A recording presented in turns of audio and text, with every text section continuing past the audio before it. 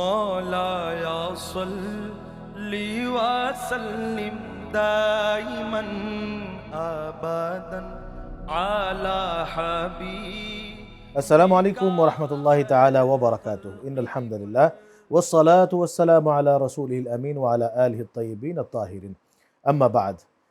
প্রিয় দর্শক, প্রতি সপ্তাহের ন্যায় এই সপ্তাহেও আপনাদের প্রিয় অনুষ্ঠান SZHM ট্রাস্ট নিবেদিত আলোকধারায় আপনাদের সকলকে আন্তরিক শুভেচ্ছা এবং মোবারকবাদ জানাচ্ছি। আশা করছি সবাই ভালো আছেন এবং সুস্থ আছেন। প্রিয় দর্শক, প্রত্যেক পর্ব আমরা সাজিয়ে থাকি তিনটি সেগমেন্টে। একটি হচ্ছে সাধারণ বিষয়, যাতে ইসলামিক বিভিন্ন জ্ঞান বিজ্ঞানের বিষয়ে আলোচনা আমরা করে থাকি। দ্বিতীয়টি হচ্ছে যে তাসাউফ বিষয়ক আলোচনা, যেখানে তাসাউফ বিষয়ক বিভিন্ন কোরআন এবং হাদিস থেকে বিভিন্ন সুফি টার্মিনোলজিগুলো আমরা আপনাদেরকে বোঝানোর চেষ্টা করি। এবং সর্বশেষ আমরা সুফি পরিচিতির একটি সেগমেন্ট রেখেছি। সেই ধারাবাহিকতায় আজকে আমরা তিনটি সেগমেন্ট নিয়ে আলোচনা করতে থাকব। এবং তিনটি সেগমেন্টে আজকে আমরা প্রথম সাধারণ বিষয়ে যে আলোচনা করব তা হচ্ছে এতেকাফ নিয়ে। পবিত্র রমজান মাসের অত্যন্ত গুরুত্বপূর্ণ এবং প্রত্যেকটি দেশে যে ইবাদতটি করা হয়ে থাকে, আর তা হচ্ছে সেই এতেকাফ, অর্থাৎ 10 দিন যাবৎ মহান আল্লাহ রাব্বুল আলামিনের জন্যে নিজেকে সমস্ত দুনিয়াবী কর্মকাণ্ড থেকে বিরত রেখে মসজিদে নিজেকে বন্দী করে নেওয়া। এবং দ্বিতীয় সেগমেন্ট আজকে আমরা আলোচনা করব ইনশাআল্লাহ কোরআন এবং সুন্নাহর অন্তর্নিহিত সাধনা তথা কোরআন সুন্নাহর যে দুটা দিক রয়েছে সেই দুটা দিক নিয়ে আমরা আলোচনা করব। সর্বশেষ আমরা সুফি পরিচিতের যেই মহান সুফি হযরতে দাতা গঞ্জে বখশ লাহোরী রহমাতুল্লাহ আলাইহি তার জীবন চরিত নিয়ে আমরা আলোচনা করার চেষ্টা করব। এবং আজকের এই অনুষ্ঠানে আলোচনা করার জন্য আমন্ত্রিত অতিথি হিসেবে যিনি তশরিফ এনেছেন চট্টগ্রাম বিশ্ববিদ্যালয়ের আরবি বিভাগের সম্মানিত অধ্যাপক প্রফেসর ডক্টর মোহাম্মদ জাফরুল্লাহ। আসসালামু আলাইকুম রহমতুল্লাহ বরকাতুহ। ওয়ালাইকুম আসসালাম রহমতুল্লাহ ওবরাকাত। মোহতারাম, আজকে আমরা আলোচনা করতে যাচ্ছি এতেকাফ নিয়ে। আপনি জানেন যে আমাদের বাংলাদেশ সহ সারা পৃথিবীতেই এই পবিত্র এতেকাফ নামক যে আমলটি আমাদের করা হয়ে থাকে, সেই আমলের বিষয়ে আমি আপনার কাছে প্রথমেই জানতে চাইব, পবিত্র কালামুল্লাহ শরীফে মহান আল্লাহ রাব্বুল আলামিন এতেকাফ সম্পর্কে আমাদেরকে কি বলেছেন? হামিদাও ওয়া মুসাল্লিয়ান ওয়া মুসাল্লিমান আলা হাবিবিকাল করিম আলা হাবিবিহিল করিম আম্মা বাদ আউযু বিল্লাহি মিনাশ শাইতানির রাজিম বিসমিল্লাহির রহমানির রহিম। ক্বালা আল্লাহু তাআলা ফি কালামিহিল মাজিদ ওয়া আহিদনা ইলা ইব্রাহিমা ওয়া ইসমাঈল আন তাহহিরা বাইতিয়া লিত-তাইফিন ওয়াল আকিফিন ওয়া রুক্কাইস সুজুদ। সাদাকাল্লাহুল আলিয়্যুল আযীম ওয়া সাদাকা রাসূলুহুন নবিয়্যুল করিম ওয়া নাহনু আলা যালিকা লামিনাশ শাহিদিন ওয়াশ শাকিরিন আলহামদুলিল্লাহি রাব্বিল আলামিন। আজকে আমরা একটা গুরুত্বপূর্ণ বিষয় নিয়ে আলোচনা করছি, যে প্রশ্নটি আপনি করেছেন এতেকাফ বিষয়ে। কোরআন মজিদে এই সম্পর্কে কি বলা আছে? তো আমি সূরা বকরার একটি আয়াত তেলাওয়াত করেছি, যেখানে আল্লাহ তাআলা হযরত ইব্রাহিম আলাইহিস সালাম এবং ইসমাঈল আলাইহিস সালামকে সম্বোধন করে বলছেন, আমি তোমাদের থেকে প্রতিশ্রুতি নিয়েছি, ওয়াহিদিনা, আমি তোমাদের থেকে প্রতিশ্রুতি নিয়েছি যে তোমরা আনতাহিরা বাইতিয়া লিত-তাইফিন, আমার এই ঘরটা হানায়ে কাবাটা তোমরা পবিত্র রাখবে, যারা এখানে তওয়াফ করতে আসে তাদের জন্য, ওয়াল আকিফিন, যারা এখানে ইতিকাফ থাকবে তাদের জন্য, ওয়া রুক্কায়ে সুজুদ, এবং যারা নামাজ কালাম পড়বে তাদের জন্য এটা পবিত্র করে রাখবে। তাহলে এই যে হযরত ইব্রাহিম আলাইহিস সালাম, হযরত ইসমাঈল আলাইহিস সালামের যুগ থেকে আমরা কোরআন মজিদের ধারাবাহিকতায় দেখতে পাচ্ছি যে ইতিকাফ, খানায়ে কাবায় ইতিকাফ থাকার একটা প্রচলন শুরু হয়েছে। তথা হযরত ইব্রাহিম আলাইহিস সালাম ইতিকাফ থেকেছেন, হযরত ইসমাঈল আলাইহিস সালাম ইতিকাফ থেকেছেন, তাদের অনুসারীরা ইতিকাফ থেকেছেন, এবং তাদের অনুসারীদেরকে তারা বলে গেছেন যে খানায়ে কাবাটা যেন তাদের জন্য, যারা ইতিকাফ থাকবেন তাদের জন্য পবিত্র রাখা হয়। তো কোরআন মজিদে আল্লাহ তাআলা এই খানায়ে কাবা তৈরি করার বিষয়ে অনেক কথা বলেছেন। আমরা তো সূরায়ে আরেক সূরার মধ্যে আল্লাহ তাআলা এটা কথা বলেছেন, ইন্না আউওয়ালা বাইতিন উদিয়া লিন-নাসি লাল্লাযী বিবাক্কাতা মুবারাকাও ওয়া হুদাল লিল আলামিন ফিহা আয়াতুম বাইয়িনাত মাকাম ইব্রাহিম। এই যে এই আয়াতে আল্লাহ তাআলা বলছেন, আল্লাহ সর্বপ্রথম যে ঘরটি বানিয়েছেন সেটা মানব জাতির জন্য এবং তাদের হেদায়েতের জন্য। সে অনেক পুরান ইতিহাস। হযরত ইব্রাহিম আলাইহিস সালাম এই ঘরটি তৈরি করার আগে আল্লাহ তাআলা ফেরেশতাদেরকে দিয়ে তৈরি করেছেন, হযরত আদম আলাইহিস সালামকে দিয়ে তৈরি করেছেন। এটা অনেকবার সংস্কার হয়েছে। শেষ পর্যন্ত আল্লাহ তাআলা হযরত ইব্রাহিম আলাইহিস সালামকে দায়িত্ব দিয়েছেন এই ঘরটি তৈরি করার জন্য। ওয়াইজ বাওয়ানা আলা ইব্রাহিম মাকানাল বাইত, কোরআন মজিদ আল্লাহ বলেছেন, সে সময়কে স্মরণ করেন যখন আমি হানায়ে কাবাটাকে তৈরি করার জন্য হযরত ইব্রাহিম ইসলামকে জায়গা নির্ধারণ করে দিয়েছে, এখানেই হানায়ে কাবা হবে, অর্থাৎ আল্লাহর ঘর হবে। মানে এটা পুরান ঘর ছিল, তার একটা নিশানা ছিল, সেই নিশানায় হযরত ইব্রাহিম আলাইহিস সালাম ওই যে ইরাক থেকে অথবা ফিলিস্তিন থেকে তিনি এখানে এসে হানায়ে কাবা তৈরি করেছেন হযরত ইসমাঈল আলাইহিস সালামকে সাথে নিয়ে। ওইটাও আল্লাহ তাআলা কোরআন মাজিদ ওয়াইজ ইয়ারফাউ ইব্রাহিমুল কাওয়াইদ মিনাল বাইত ওয়া ইসমাইল, সেই কথাগুলো আমরা সবাই জানি। তো এখন খানায় কাবা তৈরি করার পরে আল্লাহ তাআলা বলেছেন যে আমার এই ঘরে মানুষ এতেকাফ থাকবে, এখানেই তারা নিজেরাই নিজেদেরকে বন্দি রাখবে। অর্থাৎ এতেকাফ শব্দের অর্থ হলো নিজেকে আবদ্ধ রাখা, আল্লাহর কোনো জায়গায়, আল্লাহর মনোনীত কোনো জায়গায় নিজেকে আবদ্ধ রাখা। সুতরাং কোরআন মজিদের আয়াত থেকে আমরা বুঝতে পারছি যে আল্লাহ তাআলা শুধু আজকের দিনই না, আজকের দিনই এতেকাফ না, আমরা যেটা ফরজে কেফায়া বলি, সুন্নতে কেফায়া মুআক্কাদা বলি, যে এতেকাফ থাকা। তো এই যে সুন্নতে মুআক্কাদা আলাল কেফায়া বলি, এবং কেউ যদি মান্নত করে তখন এটা ওয়াজিব হয়ে যায় এতেকাফ থাকা। তো ওই কথাগুলো আমরা পরে বলবো, শরীয়ী বিধিবিধানগুলো। কিন্তু কোরআন মজিদের ভাষ্য থেকে আমরা বুঝতে পারছি অনেক আগের কাল থেকে নবী রসুলদের মাধ্যমে আল্লাহ তাআলা তার ঘরে এতেকাফ থাকার জন্য এবং মানুষ আল্লাহর সান্নিধ্যে যাওয়ার জন্য, দুনিয়া থেকে বিমুখ হয়ে আল্লাহর ঘরে গিয়ে আল্লাহর সাথে কুরবত হাসিল করার জন্য, আল্লাহর সান্নিধ্যে যাওয়ার জন্য আল্লাহ তাআলা এতেকাফের বিধান দান করেছে। আরেকটা বিষয় হচ্ছে যেটি আমরা জানি যে রমজান মাস কেন্দ্রিক হচ্ছে এই আমলটি। শুধু রমজান মাস কেন্দ্রিক কেনই বা হলো? যে বিষয়টি আমরা ইচ্ছা করলে যে কোনো সময় যে কোনো উপলক্ষে এতেকাফ করা যেত, কিন্তু রাসূল পাক সাল্লাল্লাহু আলাইহি ওয়াসাল্লাম তিনি এই রমজান মাসেই কেন এতেকাফকে গুরুত্ব দিলেন? রসুল করিম সাল্লাল্লাহু আলাইহি ওয়াসাল্লামের জীবদ্দশা যদি আমরা পর্যালোচনা করি, রসুল করিম সাল্লাল্লাহু আলাইহি ওয়াসাল্লাম রোজা ফরজ হয়েছে হিজরতের পর। হিজরতের আগে নামাজ ফরজ হয়েছিল মেরাজে, হিজরতের পরে রোজা ফরজ হয়েছে। যে বছর থেকে রোজা ফরজ হয়েছে, ইয়া আইয়ুহাল্লাযীনা আমানু কুতিবা আলাইকুমুস সিয়াম, যখন এই আয়াত নাজিল হয় তখন সেই বছর থেকে রোজা ফরজ হয়। তো যে বছর রোজা ফরজ হয়েছে সেই বছর থেকে প্রতি বছর রসুল করিম সাল্লাল্লাহু আলাইহি ওয়াসাল্লাম 10 দিন এতেকাফ ছিলেন। রমজানের শেষ দশক, যেটাকে নাজাতের দশক বলি আমরা, শেষ দশক রসুল করিম সাল্লাল্লাহু আলাইহি ওয়াসাল্লাম এতেকাফ থাকতেন। এবং একবার যুদ্ধের কারণে এক বছর রসুলের মিস হয়েছিল, এবং রসুল বেসাল করার পূর্বে, ইন্তেকাল করার পূর্বে বছর এটা 20 দিন এতেকাফ থেকে ওই যে এক বছর থাকতে পারেন না সেটাও পূরণ করে দিয়েছে। যেহেতু রসুল করিম সাল্লাল্লাহু আলাইহি ওয়াসাল্লাম শেষ দশকে, আমরা এটাও জানি যে শেষ দশকে লাইলাতুল কদর হয়, ইন্না আনজালনাহু ফি লাইলাতুল কদর ওয়া মা আদরাকা মা।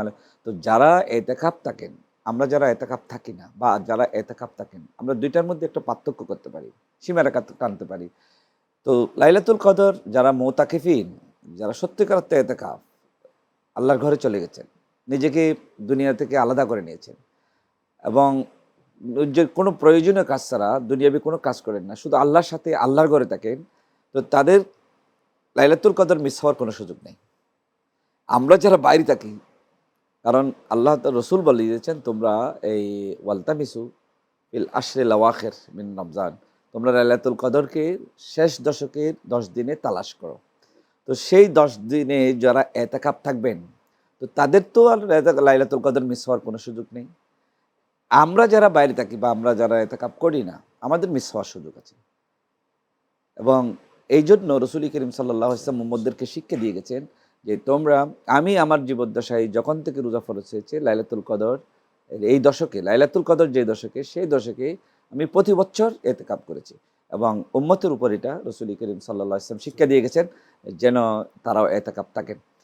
একটা কথা এখানে বুঝতে হবে যে মানুষের তো কাজ আছে, পরিবার পরিজন আছে, হালাল রিজিক উপার্জন করাটাও ফরজ। তো অনেকেই ওই এতেকাফে চলে গেলে নিজের পরিবার পরিজনকে চালাতে পারে না, এই কারণে রসুল করিম সাল্লাল্লাহু আলাইহি ওয়াসাল্লাম ফরজ করে দিয়ে যায়নি। এটা সুন্নতে মুআক্কাদা আলাল কিফায়া, এটা শরীয়তের বিধান। আমি আপনার কাছে এতেকাফের যে শরঈ দৃষ্টিকোণগুলো রয়েছে সেই সমস্ত শরঈ দৃষ্টিকোণের প্রশ্নে আমি আবার আসব। প্রিয় দর্শক, আপনারা জানেন যে আমাদের SZHM ট্রাস্ট নিবেদিত এই আলোকধারা প্রোগ্রামটি, এটি হচ্ছে একটি সুফি ঘরানার প্রোগ্রাম। সেই দৃষ্টিকোণ থেকে আমি আপনার কাছে এই মুহূর্তে যেটা জানতে চাইব তা হচ্ছে, আমরা জানি যে মসজিদের ভেতরে এতেকাফ করা, যেটি 10 দিনের জন্য আমরা সমস্ত দুনিয়া থেকে বিমুখ হয়ে আল্লাহ রাব্বুল আলামিনের সান্নিধ্যে চলে যাওয়ার পরিবার পরিজন থেকে বিমুখ হলাম, দুনিয়া থেকে বিমুখ হলাম, আমরা আল্লাহর কাছে চলে চেষ্টা করি। আমরা জানি যে আউলিয়া কিরাম তারা বিভিন্ন সময়, বিশেষ করে খাজা গরিবে নওয়াজের সেই আজমিরে আমরা দেখে এসেছি, তিনি চিল্লাকাশি করতেন যে পাহাড়ের গুহার ভিতরে। অনেক আউলিয়া কিরাম তারা কবরের ভিতরে চিল্লাকাশি করেছেন 40 দিন, এটাকে কশফুল কবর বলে। জি, এই যে এই বিষয়গুলোর সাথে এই এতেকাফের সাথে কোনো আধ্যাত্মিক যোগসূত্র রয়েছে কিনা? অবশ্যই আধ্যাত্মিক যোগসূত্র রয়েছে। এটা যেমন আমরা জানি রসুল করিম সাল্লাল্লাহু আলাইহি ওয়াসাল্লামের উপরে ওহী নাজিল হওয়ার পূর্বে এটা বুখারী শরীফের শুরুতে এই হাদিসটা আছে, রসুল কানে তাহান্নাসু ফি গায়রি হেরা, রসুল করিম সাল্লাল্লাহু আলাইহি ওয়াসাল্লাম গায়রে হেরায় গিয়ে ইবাদত করতেন, খিলওয়াত নশিনী করতেন, অর্থাৎ একাকী মক্কার এই যে সমাজ থেকে বিচ্ছিন্ন হয়ে। আপনি গারে হেরা এটা অনেক দূরে, কিন্তু মক্কা শরীফ থেকে অনেক দূরে, প্রায় 4-5 মাইল দূরে হবে। বর্তমানে এটা রোড দিয়ে গেলে হয়তো আরও দূরে হবে, তখন সোজাসুজি গেলে আর একটু কম ছিল। তো সেখানে গিয়ে একদম অনেক উঁচু পাহাড়, আপনি হয়তো উঠেছেন সেই গারে হেরার মধ্যে, অনেকে আমরা এখন প্রযুক্তির মাধ্যমে টেলিভিশনে দেখতে পাচ্ছি অনেক উঁচু। জি, জি। নিচের থেকে তাকালে মানুষগুলোকে পিঁপড়া মনে হয়। 4 ঘন্টা লাগে উঠতে কম। হ্যাঁ, না পিঁপড়া মনে হয়। সেই উপরে গিয়ে দিনের পর দিন, মাসের পর মাস রসুল করিম সাল্লাল্লাহু আলাইহি ওয়াসাল্লাম যে আল্লাহর জ্ঞানে, তখন কিন্তু রসুলের ঘরে কিন্তু রসুলের বিবি ছিলেন, হযরত কুবরা রাদিয়াল্লাহু তাআলা আনহা ছিলেন, ওনার থেকেও আলাদা হয়ে রসুল করিম সাল্লাল্লাহু আলাইহি ওয়াসাল্লাম গারে হেরায় চলে যেতেন এবং সেখানে একাকী ইবাদত করতেন, আল্লাহর সাথে নিজেকে একদম আলাদা করে, দুনিয়া থেকে আলাদা হয়ে আল্লাহর সাথে, আল্লাহর সান্নিধ্যে চলে যাওয়া। সেই জায়গা থেকে আমরা দেখতে পাচ্ছি ওলি একরামরা, সুফি একরামরা, আমাদের যে আপনারা JTSM ট্রাস্টের যারা হযরত একরাম আছেন, ওদের এই মাইজবান্ডারি তরিকার, এদের জীবন আলিখ্য যদি আমরা দেখি তাহলে দেখবো যে ওরা অনেকেই তাকাবায় চলে গেছেন, মানে দুনিয়া থেকে আলাদা হয়ে গেছেন, পাহাড়ি জঙ্গলে চলে গেছেন। আপনি বলেছেন খাজা গরিব নওয়াজ, উনি 40 দিন মানে এতেকাফ ছিলেন, কশফ কুবুর ছিলেন, কবর খনন করে সেখানে বসে কবরবাসীর আহওয়ালগুলো তারা মানে বোঝার জন্য চেষ্টা করতেন। এগুলো ইতিহাস দেখলে আমরা দেখবো ওলেই কেরামরা আরবাইনাত বলে, এটা কি আরবি পরিভাষায় আরবাইনাত বলে, আমরা ফার্সি পরিভাষায়, আমাদের এই দেশের পরিভাষায় আমরা চিল্লা বলে আর কি। 40 দিনের জন্য একটা পিরিয়ড পিরিয়ডকে, এটাকে আল্লাহর ইবাদতের জন্য নিজেকে মুক্ত করে ফেলা দুনিয়াদারি থেকে। তো এটাই হলো ওলি ইকরামকে, ওলি ইকরামের যেই বিধান বা যে তাদের যে রীতিনীতি, সেই রীতিনীতিগুলো আমরা শরীয়ী বিধান না, এটা কিন্তু নওয়াফেল। তো এই নওয়াফেলগুলো ফজিলত আল্লাহ তাআলা কোরআন হাদিস শরীফ রাসূল করিম সাল্লাল্লাহু আলাইহি ওয়াসাল্লাম অনেকবার বলেছেন, ইতাকাররাবুল আবদি ইলাইয়া বিন নওয়াফেল হাত্তা আহবাবতুহু, যে নফল ইবাদত করতে করতে বান্দা আমার খুব কাছে চলে আসে।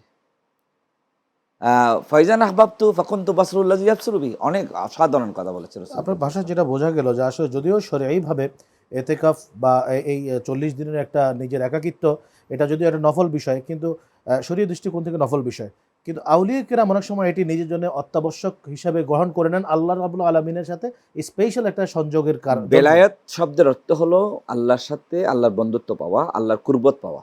আল্লাহর কুরবত পেতে চাইলে আপনাকে দুনিয়া বিমুখ হয়ে আল্লাহমুখী হয়ে যেতে হবে। সুতরাং তাদের আল্লাহমুখী হওয়ার জন্য তারা এতেকাফটাকে এবং চিল্লাকে এবং আরবাইনাতকে এবং এই কশফুল কবুরকে এবং একাকী কোনো ইবাদত গায়ে গিয়ে আল্লাহর সাথে সান্নিধ্যে রাখার কাজটাকে তারা নিজের উপর দায়িত্ববোধের কাজ হিসেবে তারা এটা পালন করতে। ধন্যবাদ আপনাকে। প্রিয় দর্শক, আমরা আমাদের অনুষ্ঠানের দ্বিতীয় সেগমেন্ট তাসাউফ বিষয়ক আলোচনায় চলে যাচ্ছি। মাওলায়া সাল্লি ওয়া সাল্লিম দাইমান। তো আজকের তাসাউফ বিষয়ক আলোচনায় আমি আপনার কাছ থেকে জানতে চাইব, তাসাউফ বনাম কোরআন এবং সুন্নাহর অন্তর্নিহিত যেই সাধনা রয়েছে, সেই সাধনাগুলো কি এবং এই সাধন করতে একজন সাধকের কি কি জিনিস খেয়াল রাখা প্রয়োজন? তাসাউফ শব্দটা আসলে এটা ইসলামের মূল নির্যাস কি যদি আপনি বলতে চান, তো আল্লাহ তাআলা এত কিছু মাকাসিদে শরিয়া কি, আল্লাহ তাআলা শরীয়ত কেন দিলেন, কোরআন মজিদ কেন দিলেন, হাদিস শরীফ কেন দিলেন, রাসূল করিম সাল্লাল্লাহু আলাইহি ওয়াসাল্লাম আমাদেরকে হাদিস কেন দিয়ে দিলেন, এই সমস্ত সবগুলোকে যদি এক জায়গায় করি তার একটা মূল উদ্দেশ্য বের হবে, আর আপনি ইকুয়েশন করলে তার একটা সমাধান বের হবে। সমাধান যেটা বের হবে এটা হলো তাসাউফ। আল্লাহ নিজেই কোরআন মজিদে বলেছেন, ওমা খালাকতুল জিন্না ওয়াল ইনসা ইল্লা লিয়াবুদুন, আমি মানুষ এবং ইনসানকে সৃষ্টি করেছি আমার ইবাদত করার জন্য। মুফাসসিরিন কিরাম বলেছেন লিয়ারিফুন, তারা যেন আমার মারিফত হাসিল করে। ইবাদত থেকে এখানে মুরাদ হলো আমরা ইবাদত কেন করি, আল্লাহকে যেন চিনতে পাই। তো আমি ইবাদত করলাম কিন্তু আল্লাহকে চিনলাম না, আল্লাহর মারিফত হাসিল করতে পারলাম না, তো সুতরাং তো আমার ইবাদত এটা আর কোনো মূল্য থাকলো না। যখন কোনো আবেদ ঠিকভাবে ইবাদত করে, মানে কাইমানে বাক্যে ইবাদত করে, হালাল রুজি উপার্জন করে ইবাদত করেন, তখন তার কাছে মারিফতে ইলাহি হাসিল হয়। ওই মারিফতে ইলাহিকে আমাদের এই পরিভাষায় তাসাউফ বলা হচ্ছে। তাসাউফ এটা আমি ওই জায়গায় যাচ্ছি এখন। তাসাউফের যে সেগমেন্টের কথা বলছেন আমি ওইটাই বলছি। অনেকে মনে করেন তাসাউফতে ইসলামী শব্দ এটা নাই, ওই মারিফতে ইলাহি যেটা, ইল্লা লিয়াবুদুন মানে ইল্লা লিয়ারিফুন, এটা সমস্ত মুফাসসিরিন এই কথাটা বলেছেন।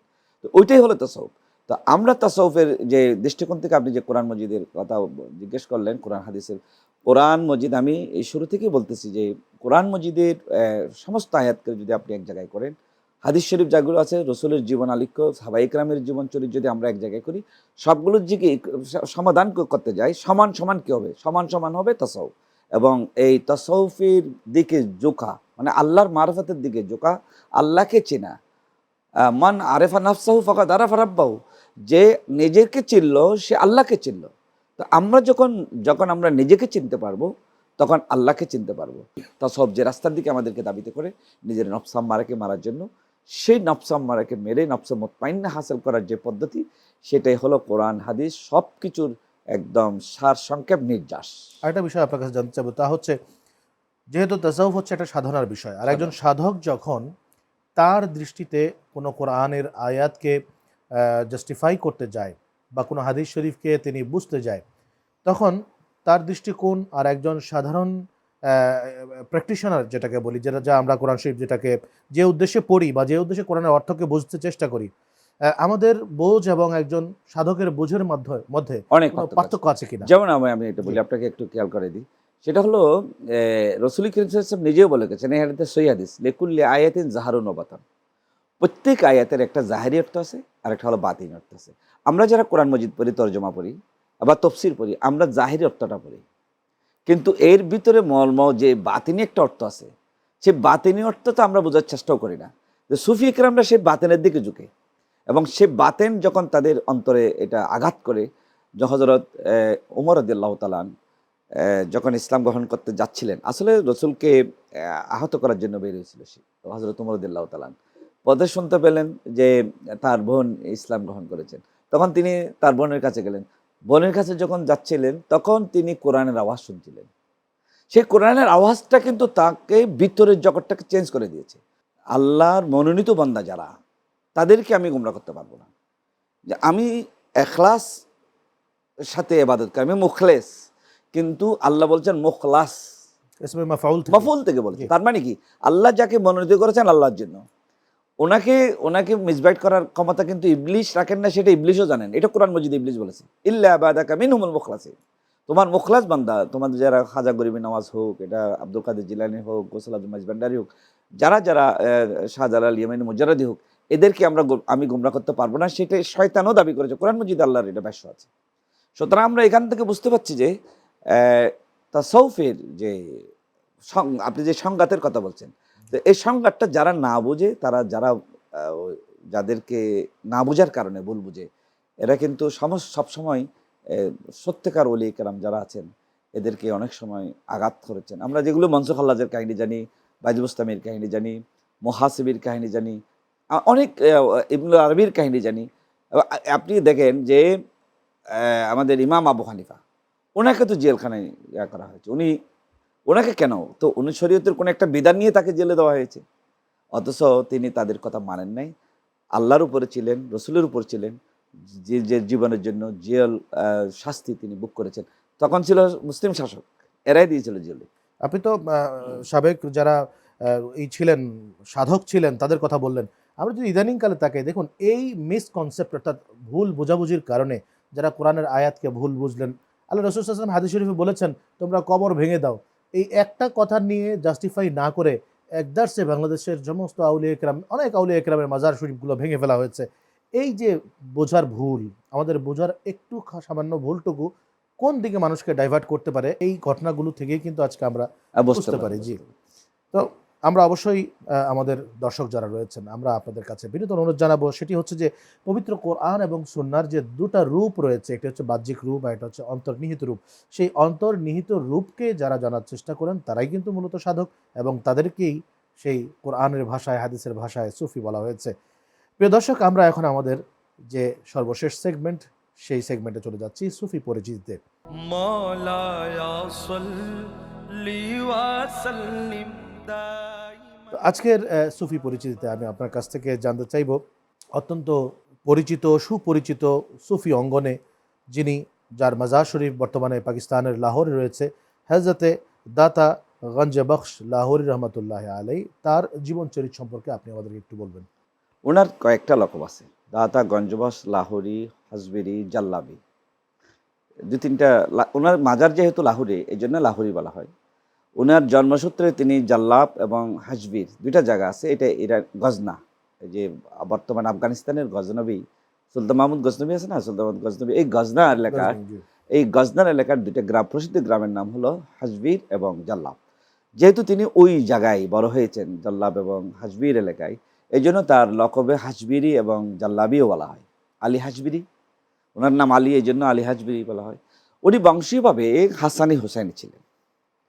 আমি আসলে আমার জীবদ্দশায় আমি যত সুফিদের কিতাব পড়েছি বা যাদের উচ্চ মকামের সুফিদের জীবন আলিক্য বা জীবনচরিত পড়েছি, এবং যারা কুতুবুল আখতার ছিলেন, গৌসুল আজম ছিলেন, যারা বড় মকামে ছিলেন, তারা প্রায় ছিলেন কিন্তু ওলাদ রসুল, হাসানি হুসাইনি। তো আলী হাজবিরি রাদিয়াল্লাহু তাআলা আনহু, উনিও ছিলেন হাসানি হুসাইনি বংশের একজন আল্লাহর ওলি। তারা আসলে এদিকে আসছেন, এটা তো লাহোর মানে তো এটা এদিকে একদম আমাদের ইন্ডিয়ার এই ভারত মানে পাঞ্জাব প্রদেশের কাছাকাছি। যে পাঞ্জাব প্রদেশের কাছাকাছি ওইখানে, ওটা ওই গজনা। রসুল করিম সাল্লাল্লাহু আলাইহি ইসলাম এবং সাহাবায়ে কেরামের যুগে কিন্তু ইরান, আফগানিস্তান এগুলো ফতে হয়ে গেছে, এখানে ইসলাম পৌঁছে গেছে। এদিকে ইসলাম নিয়ে আসছেন কিন্তু এই সুফি একরাম, সেখানের মধ্যে অন্যতম ছিলেন আলী হাজবির রাদিয়াল্লাহু তাআলা। ওনার জন্ম নিয়ে, জন্ম সাল নিয়ে অনেক ইখতিলাফ আছে, তবে অনেকে আখবারুল আখিয়ার আব্দুল্লাহ মুহাদ্দিস দেহলভী রহমতুল্লাহ আলাইহি ওনার জীবনালিকে এটা বলেছেন, উনি 422 হিজরির দিকে তিনি জন্মগ্রহণ করেছেন। তো সেই হিসাবে যদি আমরা ধরতে চাই, তিনি গৌসে পাকেরও আগের, মানে আব্দুল কাদের জিলানী রাদিয়াল্লাহু তাআলা আনহুর আগের মানুষ। সুবহানাল্লাহ। তো তিনি এইখানে এসে ইসলাম প্রচার করেছেন, এবং তার কাশফুল মাহজুবটা পড়লে আপনি আশ্চর্য হবেন। ওনার মোকদ্দমাটা পড়লে, সে ভূমিকায় তিনি যেটা লিখেছেন, সে ভূমিকা পড়লে আমরা আশ্চর্য হব। অর্থাৎ তিনি জাল্লাবে, যেখানে তিনি লেখাপড়া করেছেন, যেখানে হাদিস শরীফ শিখে পড়েছেন, যেখানে তার কোরআনের তফসিরগুলো পড়েছেন, যেখানে ইসলামের ফনুনাতগুলো তিনি পড়েছেন, তিনি এইখানে আসার সময়, লাহোর আসার সময় সে কোনো কিতাব নিয়ে আসেন নাই। তিনি দিন প্রচার করার জন্য এদিকে চলে আসছেন। আসার পরে তার কাছে কোনো কিতাব ছিল না। এই এলাকায় কোনো লাইব্রেরি ছিল না, এই যে লাহোরে কোনো লাইব্রেরি ছিল না, বা এই এলাকায় কোনো মুসলমান ছিল না। তখন তিনি যাদেরকে ইসলাম প্রচার করছেন, তার কথায় মানুষ মুসলমান হয়ে যাচ্ছে, তার চেহারা চরিত্রে, তার ভাবসাব দেখে, তার আচার আচরণ দেখে মানুষ দলে দলে মুসলমান হয়ে যাচ্ছে। তো একসময় তিনি খেয়াল করলেন যে এই এলাকার, তখন তো বই কিতাব এখানে আসে নাই, এবং এমনকি আপনার কোরআন মজিদও হয়তো ফুল কোরআন মজিদের কোনো নুসখাও আসে নাই ওনার জীবদ্দশায়। এদিকে থাকলে হয়তো তিনি একটা নিয়ে আসছেন, কিন্তু হাদিস শরীফের কোনো গ্রন্থ তিনি নিয়ে আসেন নাই, এবং কোনো ফনুনাতের কিতাব তার সাথে তিনি নিয়ে আসেন নাই। এবং তিনি মোকদ্দমায় লিখছেন, আমি জীবনে যা লেখাপড়া করছি আমার এলাকায়, সেই আমার জেহেনে যা আছে সেখান থেকে আমি কোনো কিতাবের সাহায্য নেওয়া ছাড়া, যেগুলো আমার জেহেনে আছে সেখান থেকে আমি আমার এই কিতাবটা কাশফুল মাহজুবটা লিখে যাচ্ছি। সুবহানাল্লাহ। তো বুঝতে পারছেন, এই কাশফুল মাহজুবটা পড়লে আমরা বুঝতে পারবো আসলে তাসাউফ কি। আমরা আসলে রোহানিয়ত, কাশফুল মাহজুব যেটা পর্দাবৃত্ত, সেখান আমাদের কাছে উন্মুক্ত হতো, উন্মোচিত হতো, আমাদের মধ্যে ভেদাভেদ চলে যেত। আমরা সকলেই তাসাউফপন্থী, সুফপন্থী হয়ে, সহনশীল হয়ে, পরমত সহিষ্ণু হয়ে আমরা একটা সুন্দর সমাজ গঠন করতে পারতাম। এটার জন্যই দাদা গঞ্জবাস লাহোরি, যা আজকে আপনি যিনি সুফির পরিচয় দিচ্ছেন, উনি এই কারণে এই কিতাবটা লিখেছেন। আপনাকে অসংখ্য ধন্যবাদ প্রিয় দর্শক। হযরতে দাতা গঞ্জে বখশ লাহোরী রহমতুল্লাহ আলাইহির আরেকটা পরিচয় হচ্ছে যে হযরতে খাজা গরিব নওয়াজ মঈনুদ্দিন চিশতি আজমেরি সঞ্জির রহমতুল্লাহ আলাইহি, তার দরবারে 40 দিন চিল্লাকাশি করার পর তিনি যখন বিদায় নেন, বিদায় নেওয়ার কালে তার দরবারের গেটে তিনি দুটা চরণ লিখে দিয়েছিলেন। সেটি হচ্ছে গঞ্জে বখশে ফৈজ আলম মজহরে নূরে খুদা নাকিসারা পীর কামেলারা রাহনুমা। তথা এই গঞ্জে বখশে লাহোরীর দরবার হচ্ছে এমন এক দরবার, যেই দরবারে কেউ যদি 40 দিন তার সময়টি পার করতে পারে, তাহলে সে যদি নাকেস হয়ে থাকে, অর্থাৎ তার যদি দিন দুনিয়া আখেরাত এগুলোর সম্পর্কে বাহ্যিক এবং অন্তর্নিহিত জ্ঞান সেটি যদি কম হয়ে থাকে, সে পরিপূর্ণ হয়ে যাবে। এবং পরিপূর্ণ ব্যক্তি অর্থাৎ কামেল পীর যদি এখানে এসে চিল্লাকাশি করে, সে ব্যক্তি মানুষের পথ প্রদর্শক হয়ে আল্লাহ তাকে এখান থেকে বের করবেন।